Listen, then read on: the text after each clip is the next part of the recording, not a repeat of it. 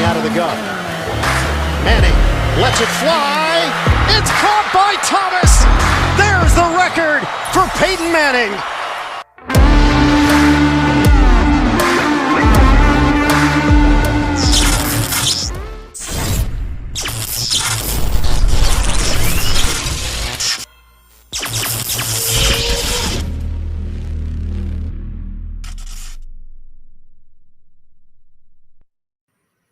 Saludos and salutations, Broncos country, and welcome to another exciting episode of Broncos Talk. I'm your host, Adam Diaz, and joining me as always to my right is my co-host at Richie. Richie, how you doing tonight, my friend?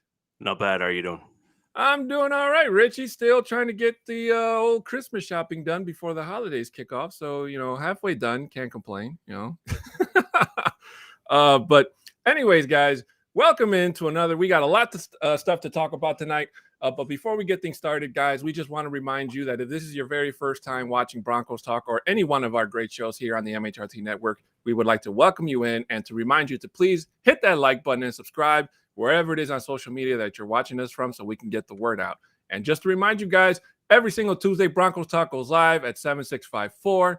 Every single Thursday, the flagship show, the MHRT podcast, goes live on Thursdays at 7654. On Fridays, we also have the Nothing Rhymes with podcast at the same times, which we will have a very special announcement about that and that we will talk about towards the end of the show today.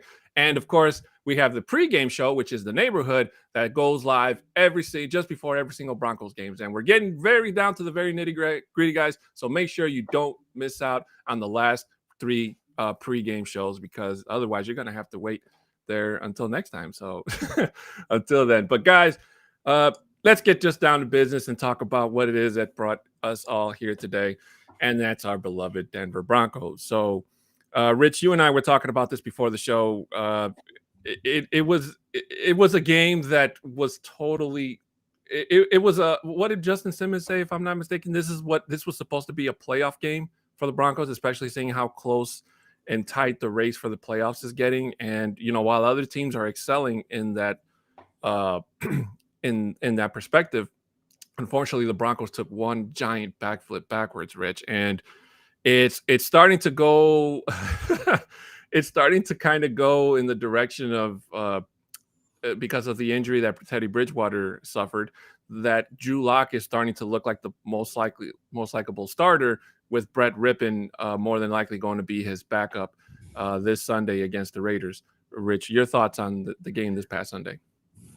I think the defense continued to overall play really well. We held our opponent to a pretty low score in terms of on the defensive side of the ball, and yet again we continued to find ourselves in an offensive uphill battle. And I think as much as I think we were all disappointed where we lost that momentum with that potential second touchdown there for Drew Lock. And the literally the handoff fumble there near the end. Mm-hmm. We were not doing well offensively well before that in the early stages of the game. 4, 5, or 6 3-and-outs, or at least punts rather, not necessarily 3-and-outs, but punts in the early stages there of the game for the first 3 quarters there, or 2 quarters and change there with Teddy Bridgewater in. So we were already struggling on the offensive side of the ball, and Drew Lock came in and he started driving us down the field. So, at least some credit where credit's due, where Drew certainly did seem to have a bit of a spark there on the offense, particularly when he took over early on. Yes, I totally agree with you, Rich. And, I got the exact same feeling as the other 2 times when we saw Drew Lock come in as the backup, not as the starter. And as the boss Mundungus here says, I'll say it again, not because of his play, but because of his future health, I think Teddy shouldn't play anymore. And you know what? I kind of have to agree with the boss here, Rich. We're getting down to the last 3 games of the season. And, everybody in Broncos country really appreciates the time and the effort that Teddy Bridgewater has put, this season. But his health has to come first, especially if he wants that $25 million type of contract next season, even if it's not with Denver. He needs to kind of be it. Obviously they're gonna give him a physical wherever he decides to go, And obviously you need to be not only mentally prepared, but also physically. And, kind of limping towards the finish line is not really a suitable thing for Bridgewater. And we just don't want to see what we saw happen against Cleveland. And it's just what it is, Rich. There's nowhere else to put it. Now, I will also give Drew Lock credit in the fact that he was able to do what Bridgewater wasn't, and he was actually throwing the ball past the, not going for the checkdowns, which is something that not only Bridgewater is known to be doing for, but there were a lot of quarterbacks this past week, Rich, that were just going checkdowns instead of going for the third down. And that throw to Tim Patrick was kind of a little dangerous, but, Drew Lock knows that if you throw the ball up there, you have tall wide receivers. They had to come down with the ball, which is exactly what Tim Patrick did. At the same time, he was also using his tight ends, the very good catches to Albert O. And then I think he had one to Noah Fant, if I'm not mistaken. But two. So that wasn't all on him. I still blame, Pat Shurmur for not being able to kind of turn the page and putting different plays and playing to Drew Lock's strengths just as much as he was trying to play to Teddy Bridgewater's. So going up against round 2 against the Raiders, unfortunately, Drew Lock is 1-1, if I'm not mistaken, or 1-2 against the Raiders since he became a Bronco. So hopefully he can go out there and get us a win, because the Raiders they're beat up. They're not exactly 100%, and they just barely won their game yesterday against the Browns. Right. And just to speak to Teddy and the comment earlier that you brought up, I actually think that I'm probably more in Mobad's comment here. I'm kind of more in line with that.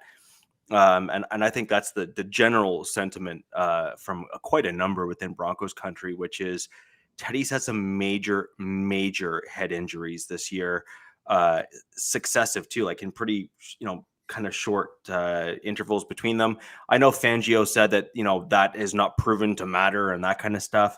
I mean, I beg to differ a little bit. I mean, head trauma is head trauma. And they do say that rest kind of helps with that type of head trauma a fair amount. And so when you don't have rest between that kind of jolting and jarring of the head and getting those major concussions, I have to imagine that there's some kind of negative impact to the human body.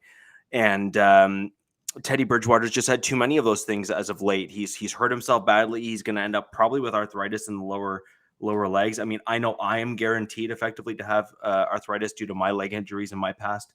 So I can only imagine what he's going to end up with some of his leg injuries, which were just as bad, if not worse than mine. So, I mean, he's got to think of his life after football. He's made a fair amount of money. He runs major risk of CTE at this point. I agree, Dave, 100%. And at some point, you need to look at your long-term in terms of what you can enjoy of your life with the money you've got, help provide for a family if you kind of go that route, and live as best as you can for at least a period of time where it can still be a positive thing for you. And I think that Teddy really needs to seriously consider that. Yeah, very totally. And, it got real. It kind of reminded me of what happened to Donald Parham, the tight end from the Chargers.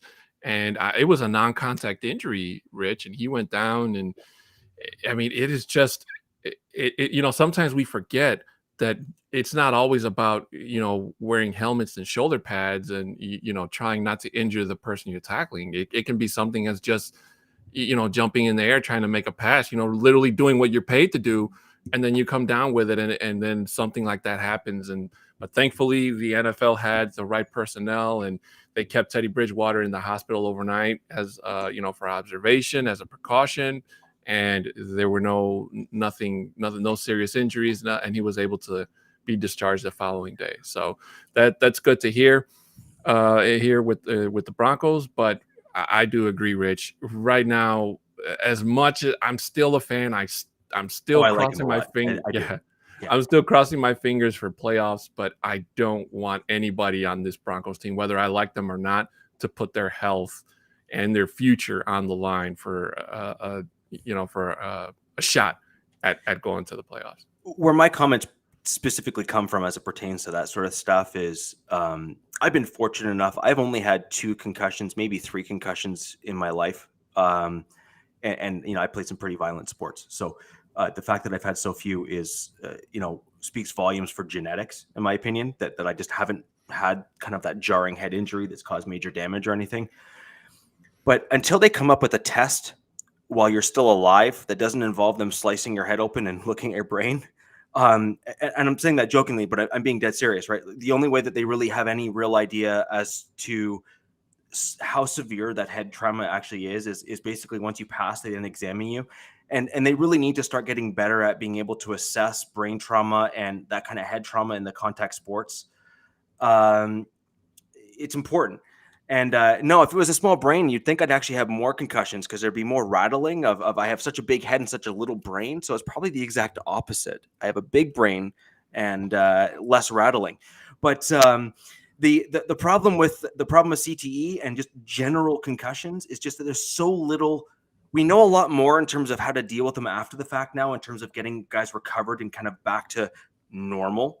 Mm-hmm. The issue, though, is what happens during. You need to know the during bit. You need to know what happens kind of in their life and how you can assess, how you can address. And more importantly, you keep on saying like there's certain guys that they end up dying and they do a brain assessment. And you hear about some guys and you're saying, you mean to tell me he didn't have CTE?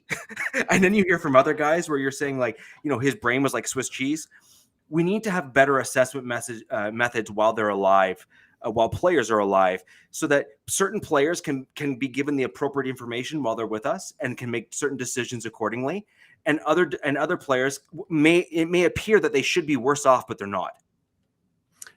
Very well agreed. But let's kind of get geared towards back the game against the Bengals here, Rich. And this was a game that was so close. The Broncos defense played this game so close, Rich. And unlike most of the teams that the Bengals faced all season, I'd like to think that the Broncos defense gave them a run for their money. And the Broncos defense played a really good game for most of it, except for that touchdown play where it looked like there was a miscommunication or a breakdown in coverage.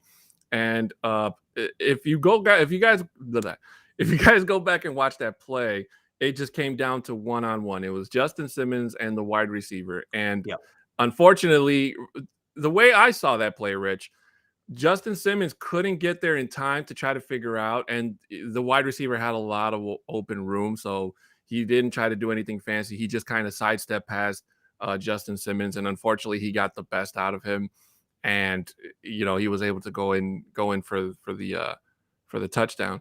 But we have to remember, guys, that the Broncos went into this game without their starting safeties. Kareem Jackson didn't play. And Caden Stearns, I'm not sure if he actually saw the field. Okay, inactive. He did.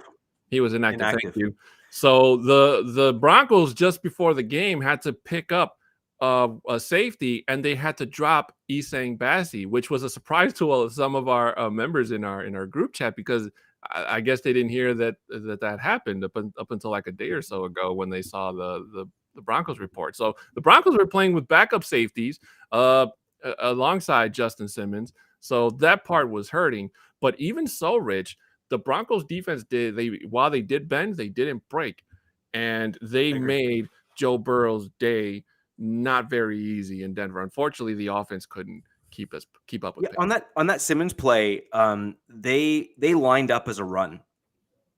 And so the Broncos played it like a run. You saw everyone kind of start crowding that line of scrimmage. You saw Browning and Griffith all kind of start kind of stacking and crowding the box there and whatnot. And unfortunately for the Broncos, just as the ball was handed off to the wide receiver there, you had both linebackers hug closer to the rest of the defensive line, which then allowed that kind of loop around. And by that time, Browning couldn't spin around. He was, the guy was long gone. And what actually happened with Simmons there, and again, this is super unfortunate because you have literally a 50-50 shot of effectively guessing it right. Mm-hmm. And Simmons did make one small error. He somewhat over pursued on the going right, as in so from when you're watching from the game film as a fan, Simmons plays on the right hand side of your screen, but to him, that's the left-hand side of the field. And so what happened was he ran over to our left as fans, and he just slightly overbit a little bit on the left-hand side where he kind of took an extra step. And that allowed the receiver to step in and stop Simmons from being able to square himself back up and getting over. Honestly, given the play, that's a super minor little tweak. And when you're one-on-one, you literally have a 50-50 shot at being able to square yourself up against that. And there's not a ton you can do on that play. Yeah, I mean, like I said, the Broncos defense, as great as they are on paper and as great as they can be on the field, sooner or later, when they're out on the field that much amount of time, there's going to be a play where the opposing offense is going to say, you know, 100%. this is, yeah, we got them right here. Take advantage of it. And unfortunately, that was it. But in retrospect, on the other hand, it was only just one. So we're lucky to be able to sit here and say, Rich, it was just one, because there have been teams that have given up even more to a team like the Bengals. And our good friend Johnny Baki here, Rich, says, game was a must win, but the Broncos apparently forgot that. Our chances of making the playoffs, even if we sweep the remainder in the single digits percentage wise. And unfortunately, Rich, Johnny's right. I mean, we could win our next 3 games against the Raiders, the Chargers, and the Chiefs, but now we need more help than we did before in terms of kind of just squeezing in to get a wild card spot. I'm not sure that's 100% true. Because all 3 games left on our schedule are divisional opponents. And I'm not sure if we were to win out, I'm not sure that the winning percentages is still in the single digits. If I'm not mistaken, where Johnny is 100% correct on that, is the odds of the Broncos winning out and making the playoffs are in the single digit percentages. But I do not believe that if the Broncos win out, that our playoff percentage is in fact in the single digits. I think that's kind of we'll call it a nuanced distinction in terms of the percentages, but nonetheless, I think it's an important one to make. Yeah, and EJ here with a very good point here, Rich, and this is what you and I were talking about just before we went live. Locke made a bonehead play on that RPO and cost us the game. He should have just given the ball to Pookie. Now, this is a play that I've seen. Like, there's usually one play almost every single week, Rich, and I feel like it's almost a segment on the show because I always say the same damn thing. But I kept watching it, and the thing about RPOs is the defense has to kind of, pick one. It's either the running back or the quarterback running with the ball, or it's a sneak and the quarterback, runs out to throw the ball. It's one of 3. Now, Drew Lock he's no Lamar Jackson, and he's not the best RPO type of quarterback. So to me, this play kind of looked like it was his very first time doing it. And when you watch it back, you can kind of tell, because you would figure that this would be, football 101. If you're going to run with the ball, you kind of want to put the ball on your opposite hand if you're going to stiff arm and make sure it's secure. When Drew Lock was running with the ball, it kind of looked like, I don't know if he was trying to shift the ball or what he was trying to do, but he didn't secure it tightly. And the defensive player just kind of threw his hand in there and, just knocked it out of for a fumble. And to me, that is like probably the most irritating thing, because when I play Madden, it's the exact same thing. It's like if I even slide the wrong way, my quarterback fumbles the ball. Or if I dive, don't ever dive in Madden, because every single dive fumbles the ball. And it's always a turnover every time. So to my Madden players out there. But anyways, I criticize a lot of Drew Lock's turnovers since last year and this year. And this is just kind of one where it's kind of like I want to pick at him for not, ball security has always been a big issue for him, Rich, but it's kind of like you probably should have handed off the ball to somebody that, knows how to run and play a lot more safer with the ball. But if the Broncos were in a situation where they needed it, it's a risk, kind of like when you go for it on 4th down and it's an incompletion. For Drew Lock, the R and the P should be capitalized and the O should be lowercase. He's just, like you said, he is not necessarily that guy. He's, in my opinion, he's not even as quick as a guy like Joe Burrow. And in fact, when you saw from Joe Burrow in that game, even the I think it was Davis, Charles Davis, I think the announcer made a pretty good observation there, where Joe Burrow diagnosed that defense super fast for the Broncos when we left that middle of the field wide open. And as soon as he let just that split second go, he was gone. And that's the type of processing speed that you need in order to run plays like that, where you're going to tuck it and go. I think you're also 100% correct. In my opinion, what Locke was trying to do is he realized that he made a mistake. Clearly, when you see like a 300-pound dude in front of you, you've made a mistake in an RPO. Because what you're supposed to do is you're supposed to read that defensive end who's on the outside there, or the outside backer who is on the edge.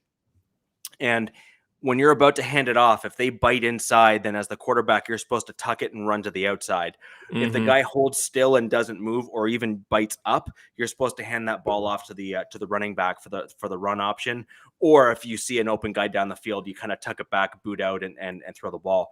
Either way, Locke made literally the worst of the three options, and he went with that one instead, and he ran into the outside backer or defensive end there. So what he was trying to do was he realized that he had the ball in his right hand, his throwing arm, and he was, in my opinion, trying to transfer it to his left outside arm and then stiff arm him with the right one. And instead, the end cut in front as he was trying to make the handoff, and took it. And let's just say Locke needs some work on that particular move. But I think that before we crucify Locke for that one play, I do think we need to go back to the earlier stages of the game in terms of how we got to where that play was so critical for us. If I'm not mistaken, it was 5 or 6 plays in a row or close to in a row, or it was like 4 out of 5 or 5 out of 6 series rather in a row where we punted the ball. Mm-hmm. And that really, at the end of the day, meant more to our game than Drew's fumble there. Although from, hindsight being 2020, Broncos fans looking back on that, see that Drew Lock play as, the biggest issue. But if you truly look at the other offensive plays and the offensive drives, the real issue was the fact that we had 5 or 6 offensive drives before that where we punted the ball away rather than getting points on the board. And that really needs to be discussed, in my opinion, a little bit more. And I'm finding a lot of Broncos country is not bringing that up when they should. Yeah, I mean, I would like to know who made the call. And if it came into his headset, like, Drew, run the RPO, but you run it. Or if it was a Drew Lock play, like, run the RPO and, use your best judgment, either hand it off or, you run with it. So, but unfortunately, Rich, we won't know that. But no. I gotta give Drew Lock credit. He didn't go out there and play the standard Drew Lock that we kind of saw the last 2 times he jumped in. Against the Ravens, he didn't do squat. Against who was it? The Chargers, when he came in, he threw the ball directly where it was supposed to be. So I'm kind of hoping, Rich, that going forward these next 3 games, that Drew Lock going in as the starter. Unless by some miracle they decide to start Brett Rippon over Drew Lock, which wouldn't surprise me at this point. But going forward, I do hope that Drew Lock kind of uses this as motivation and maybe just to put down some tape, Rich, because there's been a lot of rumors going around that it's looking more and more likely that Drew Lock is not going to stick around next year as a Bronco. If they don't move him, they're going to try to trade him or what have you. So I just wanted to say hi to Jay. I haven't seen Jay in here in some time, so I just wanted to say hello. Thank you for joining us here on Broncos Talk. I completely agree with what you're saying. I mean, Drew. Actually, Dave's chat's now scrolling on us here, but Dave basically was typing what you were saying, right? So you guys were in hold on. Here's the dad pun. In lockstep with one another in terms of what you guys were saying, where it was pretty hard to ignore the spark that you saw from Drew Lock when he came on the field and stepped in. Now, this is the interesting thing.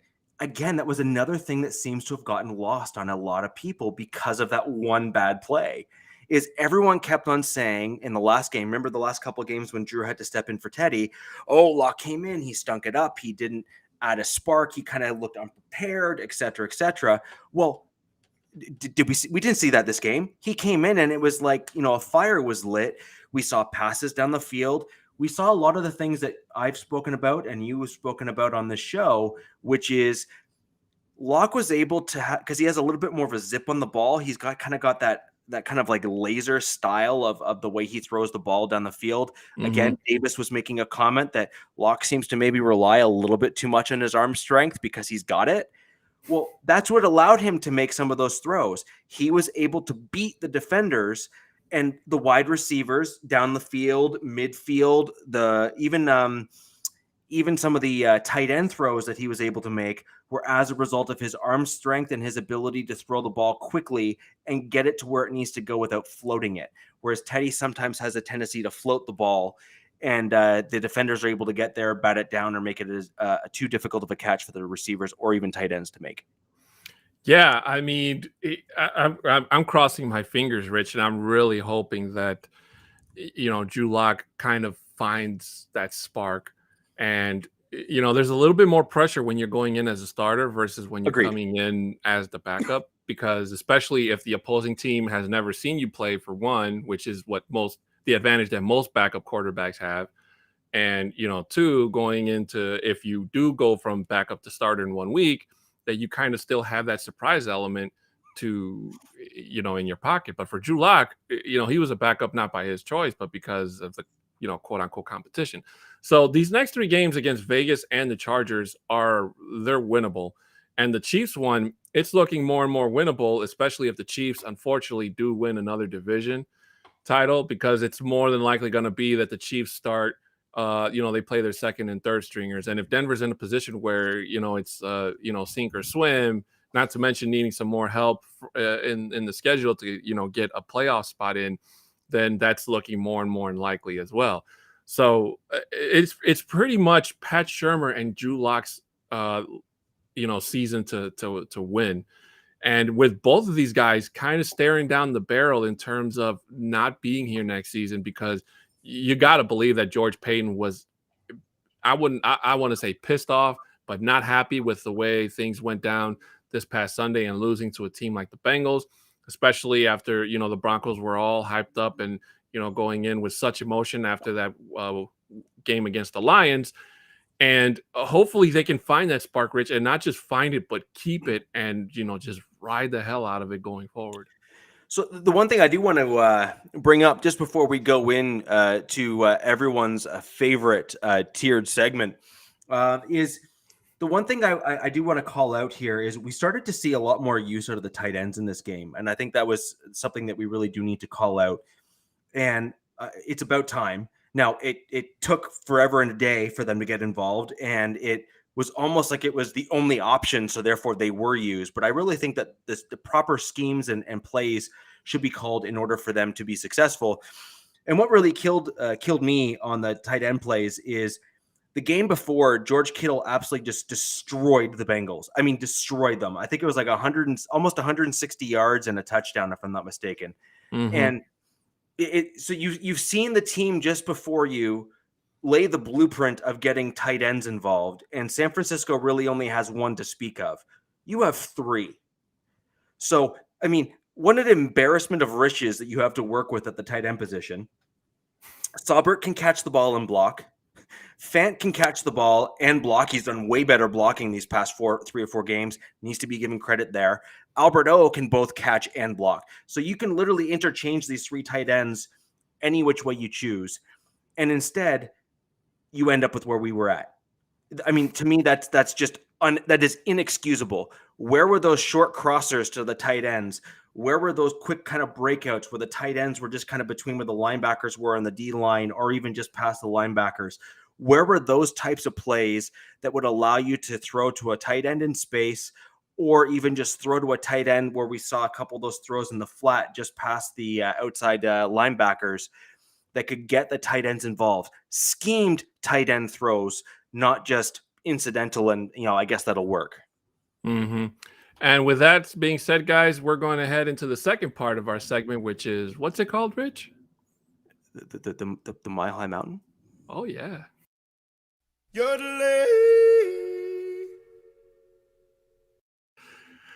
I hope you like the voice. That was me. Yeah. You hit that high note pretty well. Yeah. So I nailed that high note, right? So I just wanted to, I wasn't going to go in and go right into my Mile High Mountain for everyone here. Again, anyone who is joining us live, thank you very much. And if you have your Mile High Mountain picks, we break it down into 4 categories, 2 at the top, 2 at the bottom. We have the summit. We have the on the rise. We have at the base camp and on the played ride home, which is just, we'd rather not have them on our team for that particular game, at least. So my at the summit was Tim Patrick.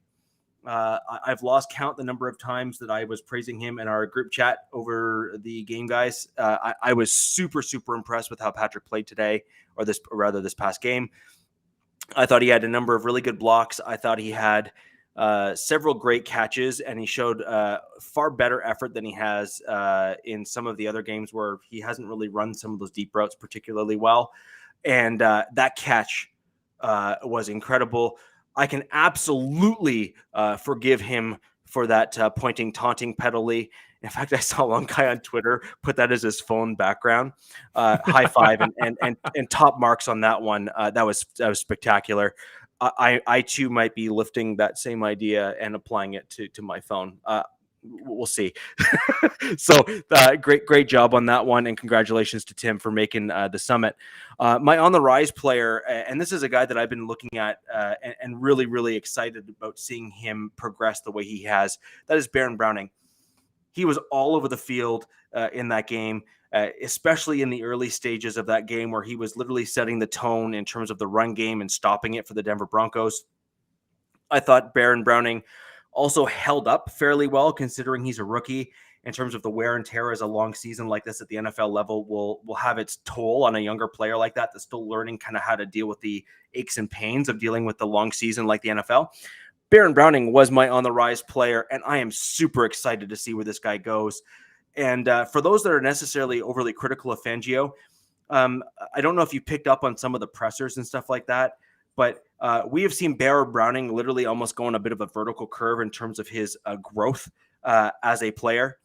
And I think a lot of that has to do with Vic Fangio and the defensive coaching staff that we have. And I think we really do need to give credit where credit's due in terms of who we have on the defensive side of the ball. My at the base camp is Lloyd Cushenberry. This was a difficult one because I had several offensive linemen that I really wanted to put there. And I do want to give an honorable mention to Garrett Bowles, who decided to pull out of his back pocket one of his vintage performances where he ended up having multiple flags that game. Garrett Bowles did not play particularly well at left tackle for us that game. However, I did feel that most of the pressure and some of the hesitation that we started to see from Teddy Bridgewater was caused as a direct result of pressure that came straight up the middle from Lloyd Cushenberry. And I saw Cushenberry giving Teddy Bridgewater and Drew Lock in some instances high fives as he was getting pushed back. So that to me is unacceptable. And that will also be one of my positions I think we need to look at in this upcoming offseason.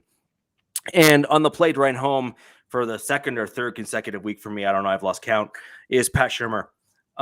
You can't scheme the NFL that way. I've never been a fan of Pat Shurmur. As soon as we hired him, my first comment was he's averaged somewhere in the mid to low 20s in terms of his offensive rankings since he's been in the NFL. With our Denver Broncos, this might be one of his better years, and that's not saying much because we haven't produced very much. So I think Pat Shurmur just simply needs to go. I think he's an awful offensive coordinator, shows zero innovation, and does not adjust his offense to fit the players he has on the roster. And frankly, at the offensive side of the ball, that is something that is required given the fact that skill positions and offensive linemen have varying skill sets, so you need to adjust accordingly. So that's my Mile High Mountain. All right. That was very informative, Rich. I guess for mine, there were so many players and people. I just kept moving them and shuffling them around, as I told Richie earlier today. And for me, the top of my summit was, I have to say, and I'm going to change it up on you, Rich, Patrick Surtain. I felt that he played an amazing game. He kept Jamar Chase at bay, held him to probably his lowest amount of yardage for Jamar Chase this season. So, he didn't give up any big plays. And usually every Bengals highlight, if it doesn't start with Jamar Chase, it usually ends up with him. being one, and it kept Joe Burrow at bay from, him just chucking the ball up in the air and doing that. So I give credit to him for that. On the rise for me, Tim Patrick, of course, finally starting to play and getting that money.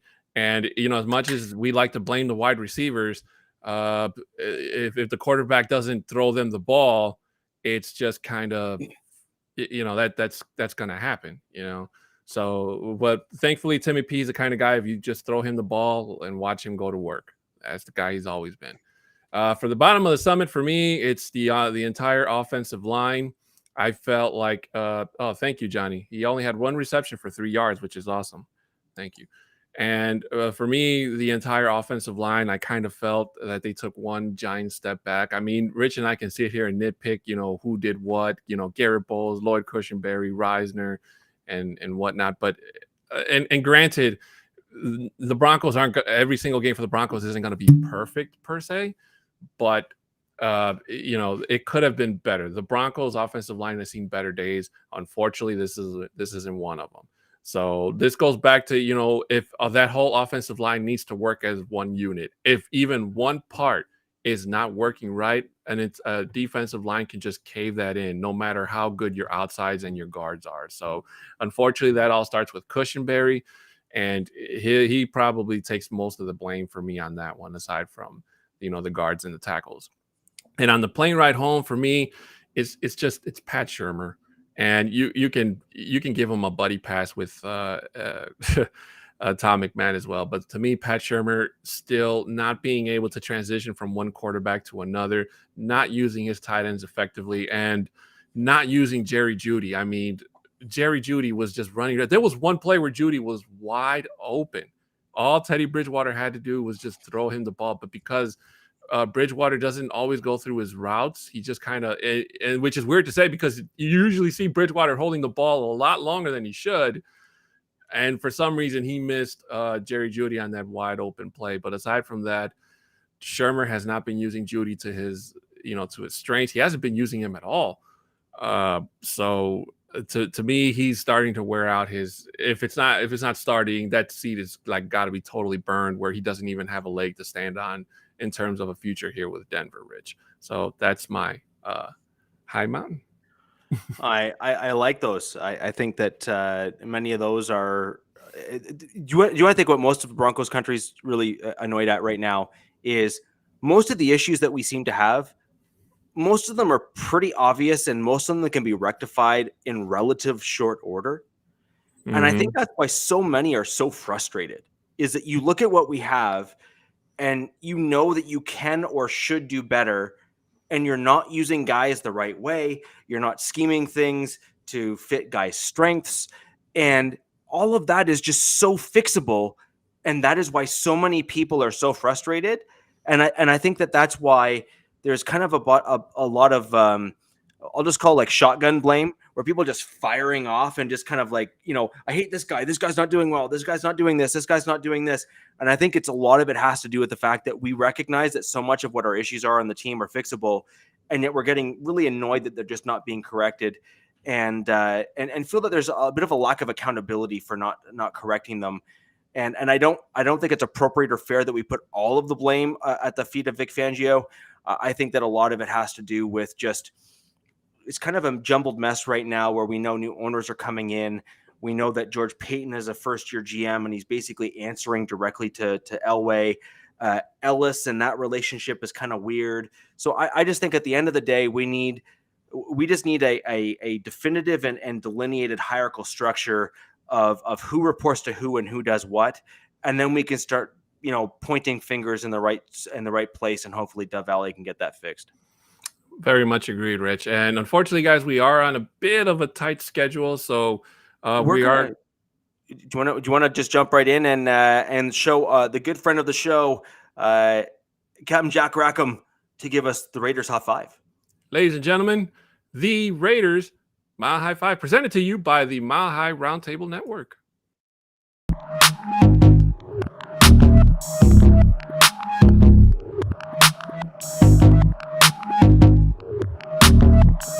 Well, hello, everybody out there in Bronco land. You know me. I'm Captain Jack Rackham. Make sure you watch my shows at Captain Jack Rackham on YouTube. You're always welcome because we have hot takes. Now, for all the folks out there for the Mile High Report, got to talk about the game coming up. It's Broncos at Raiders. It'd be a great Christmas present for the Broncos for you guys to win, but we want to put some coal in your stockings. So let's talk about what the Raiders need to do to make sure that you go out to Vegas and leave unhappy, aside from all the money you're going to be losing gambling. First thing, throttle Drew Lock. It's unfortunate that the Broncos are going to be without their star quarterback this week, as the regular quarterback is in concussion protocol. And I never wish ill upon anybody, but again, him being out means that Drew Lock is your quarterback. And I'm not sure who's behind him, but get ready. Al Davis always said the quarterback must go down, and he must go down hard. The Raiders need to throttle Drew Lock. Now, they did that the first time that Drew Lock played in Vegas last year without any fans. Hopefully, they can do it again this year. By the way, there will be a lot of Bronco fans out in Vegas because the opposing fans have been filling the stadiums. Second, the running game, and that's on both sides of the ball. The Raiders need to stop the good Broncos running game. They got a great tandem with Gordon and Williams. They need to stop Gordon and Williams. The Broncos are keeping those guys fresh, and they're getting a really good push on the running game with your running backs. The Raiders need to stop that run. On the flip side, the Raiders need to run the ball. My goodness, the Raiders haven't had a really good, consistent running attack in all of these games that we've lost. So the Raiders need to run the ball. Peyton Barber has been coming on to spell Jacobs. That is a good combination. I would have loved to have had the gentleman that we lost, Kenyon Drake, but that's beside the point. Alec Ingold's out too. So run the ball if you're the Raiders. Stop the run if you're the Raiders defense. Third thing, hey, Derek Carr, find another receiver other than Renfro. I know it used to be third in Renfro, but now it's first, second, and third in Renfro. Find another receiver. I know Waller has been one of your guys that's been missing, and we have not been as potent of an offense without Darren Waller. Not sure if he's going to play, but my money is he's probably not. The Raiders need to find another receiver other than Hunter Renfro. Edwards has stepped up, especially in the first half against the Browns, so they need to make sure they keep finding him. Zay Jones has been pretty much on a milk carton. Don't see him. And the Raiders need to find that deep threat that they have with Deshaun Jackson. They need to make sure that Deshaun Jackson is available. And by the way, they've been using Jacobs out of the backfield better, so we need to continue that. There's more receivers on this team other than Hunter Renfro.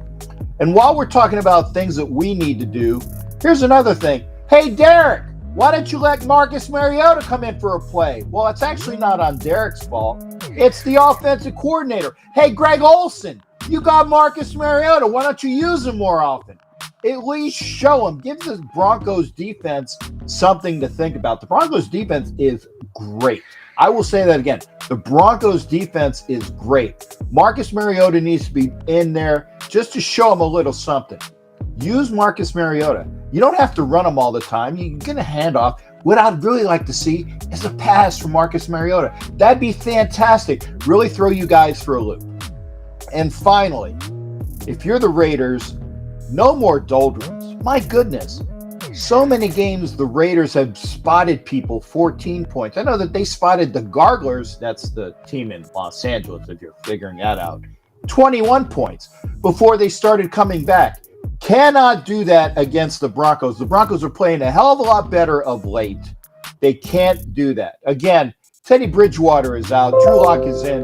The Raiders need to play with a lead. Get out there, score some points.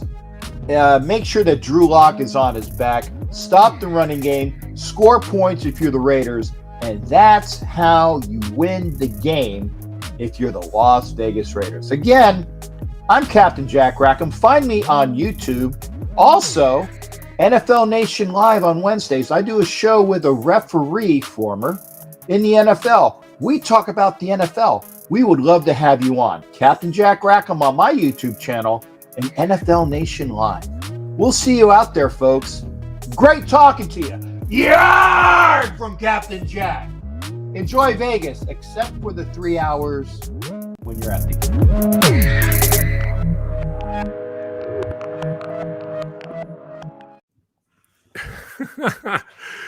You gotta love this energy. He's awesome.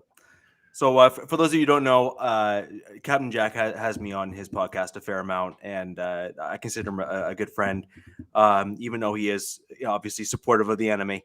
But he's a great guy. He does know his stuff. We'll have to work on him correcting both our network's name and Broncos country, but I can work on that over time.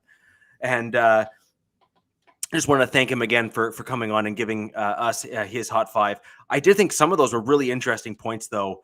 The one thing he didn't mention, which I think that we need to mention as Broncos country here, is the interior defensive line of the Las Vegas Raiders. We already came off we'll call it a challenging loss to the Cincinnati Bengals, and that's me being kind. And when in our first game against the Las Vegas Raiders, the defensive line really, really gave us fits from the Raiders. The Raiders are at home, so we're going to have a lot more crowd noise to contend with as a result of having the Raiders fans being there and making some noise. What do you think about the defensive line for the Las Vegas Raiders? And I'm curious what everyone else thinks about the defensive line for the Las Vegas Raiders, just how they gave us fits last game and the challenges we've had with our offensive line. Yeah, well, I mean, Max Crosby's always been a handful, Rich, and he seems to be getting almost better and better by the week. So it's going to be our tackles are not going to be happy to see him again. But this is pretty much a redemption game for Drew Lock, Rich. And I read an article that said that Courtland Sutton kind of seemed broken or out of place playing with Teddy Bridgewater because they didn't really have chemistry. But Drew Lock could be the guy to help him unlock that potential that we know Courtland Sutton has. So that would be an amazing thing to see. Now, Courtland Sutton did have a drop pass this past week, which is something you rarely see. 2-ish. Yeah, 1.5. The other one, I would say, defender made a play on it. But yeah. Which is something you very rare to see. But the thing is, I would accept that over the fact that he gets targeted, which is something that Courtland Sutton usually doesn't do because he's the kind of wide receiver that draws out double coverage. And if you have one wide receiver that draws out double coverage, then that should open up the lanes for your other guys like Tim Patrick, Jerry Jeudy, and unfortunately, if he was still healthy and we had him here this season, KJ Hamler. Just basically the speed on the opposite side of the line. But for some reason, Pat Shurmur just refuses to use his tight ends. He refuses to make those deep passes when his guys actually run their routes. And sometimes when Bridgewater was the quarterback, he would just hold on to the ball too long. And then, or in Drew Lock's case, he would kind of just break out and run when he didn't really need to because his pocket is still intact. He still had time to throw. So those are the kind of things that kind of worry me going forward. And hopefully Drew Lock can do something about it in regards to, trusting his offensive line, knowing that trying to figure, actually reading a defense and know when a blitz is coming, to audible out of it and just try to use both of his weapons equally. Use his running backs, don't run them into the ground every single drive versus, using his wide receivers. And if you're going to run an RPO, no more running for you, man. You are not an RPO kind of quarterback. Just hand it off or run and throw. But the running is fine because that means you're handing it off to the running back. The pass option is fine because that means you're throwing the ball and you're a quarterback. Well, I meant him trying to run. It's the O that we have an issue with. The option means he runs. Yeah, he runs. That's got to go. Yeah, that's got to go. You are not an option quarterback, Drew. But I'm like I said at the beginning of the season, Rich. I pull for whoever is behind center, whether it's Lock, whether it's Bridgewater, hell, whether it's freaking Rippon. And hell, there was one time last year where we didn't have a quarterback. So, you kind of have to just believe in I don't want to say in dreams, but because at this point it almost feels like a dream, and something that in 1 week feels like a dream, and then the other week it feels like a nightmare. But this is just something that Pat Shurmur, and we keep, I swear, we mentioned that man's name more on this channel that we almost have to feel like we owe him some type of credit.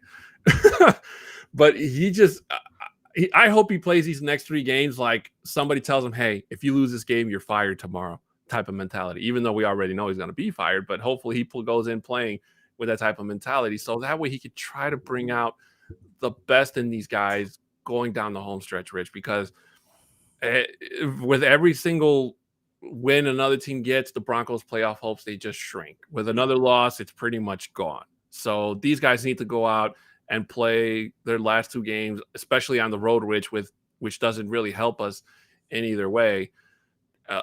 It makes a comeback just that much harder. So the one thing that the Broncos can do to loosen up a team that is rushing the passer is by leveraging the rush against them. So I don't know if we all remember back that far. I mean, a full 5-ish years now. But Peyton Manning used to have several plays within the offensive playbook. One of which where the running back would run and block, and then would kind of drop his block and loop end round the either the linebacker coming up the middle or defensive end or defensive tackle, and then loop around and be, just a few yards past the line of scrimmage, and then kind of have Peyton kind of just lob him the ball, just kind of a quick little arc over the top of the defensive lineman to the running back. And then what also allowed the counter to that was you ended up with a tight end that kind of did a shallow crosser, which was just between where the defensive line was, between the linebackers and defensive line. And because tight ends have such a height mismatch and size mismatch, generally speaking, with linebackers, especially, and this is Shurmur, this would drive me nuts, is especially when you have a guy like Albert O and Noah Fant, who are both size mismatch, speed mismatch, and height mismatch.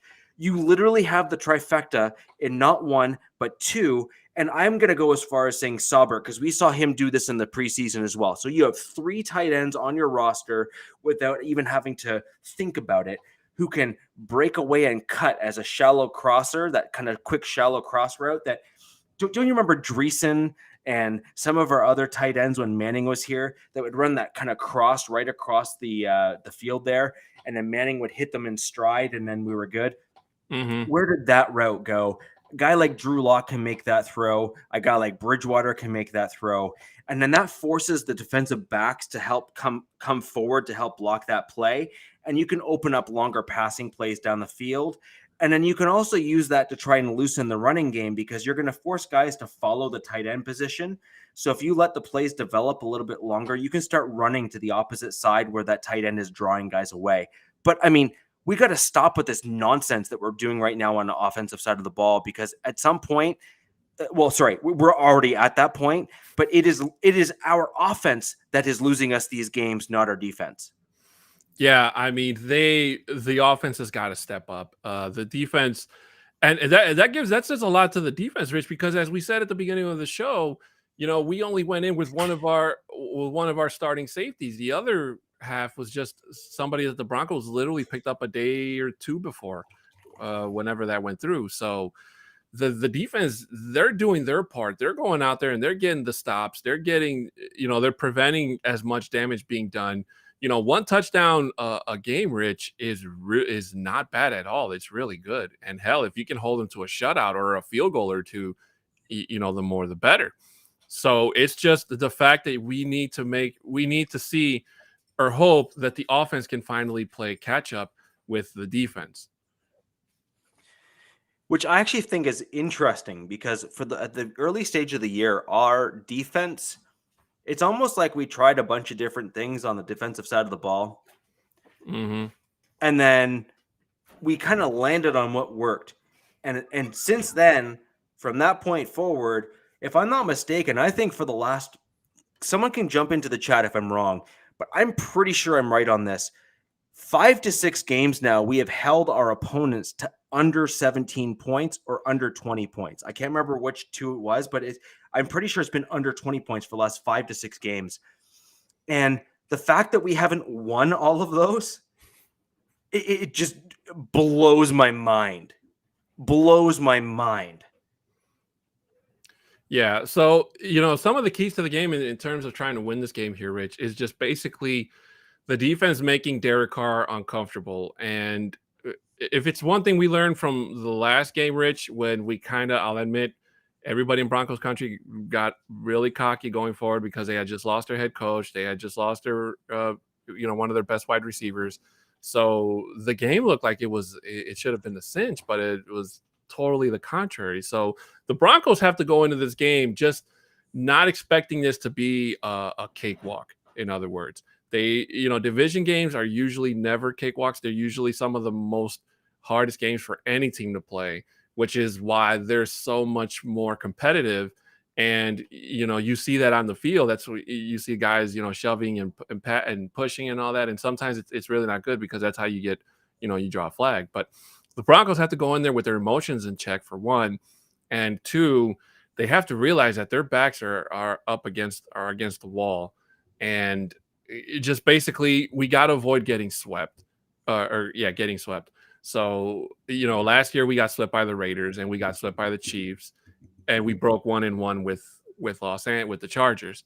So if we can break 1-1 with the Raiders and break another 1-on-1 with each of these three teams and avoid getting swept, I think that would go a long way in, boosting morale with the Broncos, especially if we can get some help from whatever needs to happen these next 3 weeks in terms of, playoff positioning and teams getting eliminated as we go forward.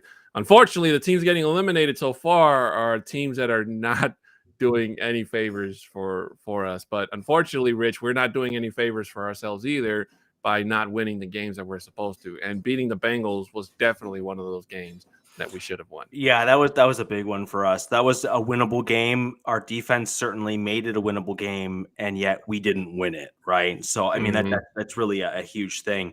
So I'm gonna try and put you on the spot a little bit here, and then I'm gonna get into it as well. What are 3 things that you think that we need to do differently in this game that we did not do well against the Bengals? What do we need to do to win?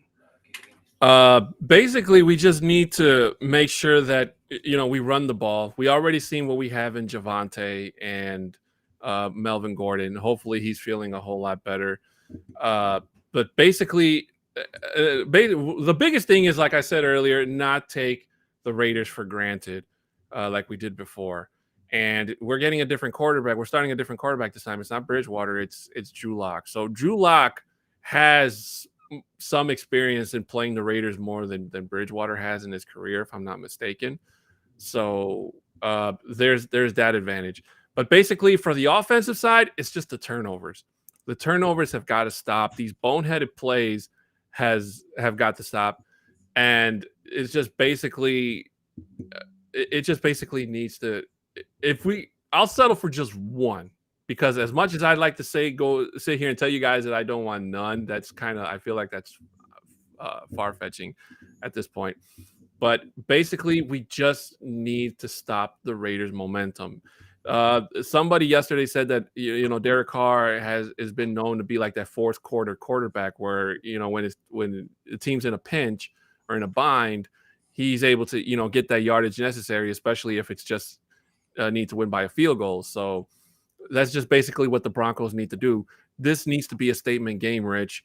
And by beating the Raiders, the Broncos kind of seal the fate for them as well, in terms of knocking them their playoff hopes out of out of range, and it just making it that much harder for them. And it gives us momentum going forward against the Chargers, because I'm pretty sure the Chargers are going to be in a playoff contention spot as well. So they're going to be playing to their best content and trying to get revenge and playing that week 1. So just basically Drew Lock, limit the turnovers. I do love the fact that he's not afraid to throw the ball, which is something that I've always admired from him. He goes for the throws from the tight ends and his wide receivers. He's not afraid to throw the ball. But on the other hand, Drew's got to learn to trust his pocket. If your offensive line is giving you time in the pocket to throw, you got to take advantage of it. Don't scramble unless you absolutely need to. And if you do, ball security, clutch that ball in. Don't try to do no fake while you're running. I know throwing while he was on the run last year was a big thing for him as well. So hopefully he can keep that under check as well. So my big ones are offensive line. So this is kind of where I push back a little bit on where a quarterback away from just in general is we have an issue at right tackle. We have had some challenges at left guard, and we definitely have a big challenge at offensive center. So I think if we're going to meet that offensive challenge, especially when you're dealing with a guy like Max Crosby, you have Ngakoue, you have there's two other guys. I think Abrams is another guy that they have in the Raiders. And then there's another guy, which I can't remember the name of. But again, they have several on the interior of the defensive line that can cause us fits. Our offensive line is an issue, has been an issue most of the season. And that's part of the reason why we've had some struggles against the AFC North. We've lost the gamut there. And that's a problem for us. So we need to have that toughness. We need to start showing that we can hang with guys like that, because if we ever want to make our way into the playoffs, we have to get through them and we have to beat them, and we have to be able to win that style of football. And that's an important one for me. The other one is going to be the offensive decisions. So as well as I thought Drew generally played last game, I saw some major improvements. In the group chat, I actually made some comments about how I felt that Drew Lock was continuously throwing behind the receiver. I actually rewatched the game shortly after, and I'm going to pull back a little bit on some of my comments. Drew, in my opinion, was about a 50-50, which is, as awful as it sounds, an improvement for him. And he was leading some of his receivers on some of the throws in that game. And for example, Cortland Sutton, he led that pass. Sutton couldn't get out to get it. In my opinion, that was a bit of a pass interference, but it is what it is. But Drew Lock was starting to show some progress as it pertains to leading receivers. The pass to Tim Patrick just seems to catch everything, even though that pass was thrown a little bit behind him, but he still caught it for the touchdown. Drew needs to continue to lead receivers, lead tight ends, etc. on throws, which shows rather anticipatory throws, as opposed to, oh, geez, you're open, and now I'm going to throw it to you. That was a big issue for Drew Lock last year. We need to see him improve on that. And last but not least, we need to start seeing continued interior defensive line pressure for Derek Carr. Derek Carr is not a mobile quarterback by any means. However, as a result of that, you need that interior pressure. So that's the two defensive ends and the nose tackle or defensive tackle. You need that straight push up the middle to throw Derek Carr off to the right or to the left. That helps guys like the Angry Aviator. That helps Jonathan Cooper, as well as Malik Reed if he shows back up again, and Bradley Chubb.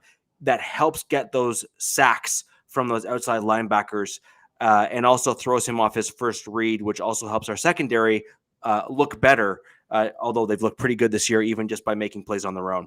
And by the way, I love your pick on Surtain, because I think he did play really well against Chase. Mm-hmm. So as we get getting ready to wind things down, Rich, your final score prediction for this game? I think this game has the possibility of getting out of hand in our favor, based on how the Raiders have played recently. Although it's a division rival, so I'm going to tone it down a little bit. I think that this one is going to be a 31-24 win or a 27-21 win for the Broncos. Yeah, I'm going to go 17-14 Broncos. I'm going to hope that I'm wrong in terms of the offense, but it's just you can't count out Derek Carr as much as I'd like to say we shut him out, and if we do, the better. But I have a feeling that this is going to be a close game. So 17-14 is my prediction here, Rich. Yeah, and my score is as high as it is because I believe our defense gets a turnover. Wow. I actually think that we actually get a turnover and some form of a defensive offensive play, if you will. So I think that that's one thing that does happen. Our defense has just been playing so well I mean, just so well that I think that's a real and legitimate possibility. It may even be something to the effect of what we saw against the Detroit Lions, where it's a defensive play, but it turns into an offensive touchdown where we force Jacobs to fumble the ball, but then we kind of get it in short field and then our offense turns it around. But either way, that's why I have the score where I do, because I believe that we can start getting some of those turnovers or short fields as a result. Yeah, I so heartily agree. But guys, that's going to have to do it for us today. We do apologize for being it a little bit shorter than usual, but unfortunately there are NFL games going on and, it is Christmas week. So, guys, thank you from the bottom of our hearts for joining in and joining us tonight. For everybody in the chat watching us live, thank you guys so much. To all our listeners who listen to us on audio after the fact, make sure you guys hit that subscribe button, give us 5-star ratings on Apple Podcasts, Google, Amazon, Anchor, wherever it is you guys listen to us. And feel free to send us messages on there wherever you want, comments. We always love to read them, especially on YouTube. Rich and sometimes I go and scroll down the videos, and if we see comments, we reply as best as we can. So going forward about that special announcement I had, guys, the Nothing Rhymes with Orange and Blue podcast will not air this Friday due to it being Christmas Eve. But don't be sad, guys, because Johnny and Isaiah will be on the MHRT podcast this Thursday, along with Mr. Boggins and the Glenn Hauser. So make sure you guys hit that like button and subscribe, and make sure you tune in and join them here on the MHRT Network on Thursday at 7654. And of course, as always, if you love the content that Rich and I put out for you on Broncos Talk every single Tuesday at 7654. After the holidays, the Nothing Rhymes with Orange and Blue podcast will be back at its regular time on Fridays at 7654. And as always, the pregame show, The Neighborhood, there's only 3 episodes left, guys, which airs just before every single Broncos game. So make sure you guys don't miss a single episode of it, because otherwise you'll have to wait until September for an all-new season. That's assuming we don't make the playoffs, right? Yeah, that's assuming we don't make the playoffs. If we do make the playoffs, it's like extra credit. It's like a late Christmas gift, right. What have you. So before we go, Rich, are you ready to do the favorite part of the show? I have to say, it stretches out, guys. If you're at home, please join us in doing it with us. Rich, are you ready? I'm good. Here we go. My high five. Woo! I blame the delay between Canada and the USA, because I don't think we'll ever be in sync because of that. Well, look, you cannot have 2 of the tallest guys in the entire podcast try to sync up arm length. I'm sorry, that's just not cool. Oh, guys. But anyways, for Richie Rich, I'm Adon Diaz. Have a good night, everybody. Merry Christmas. Happy holidays. We'll see you guys next week. Go Broncos. That's right. Go Broncos.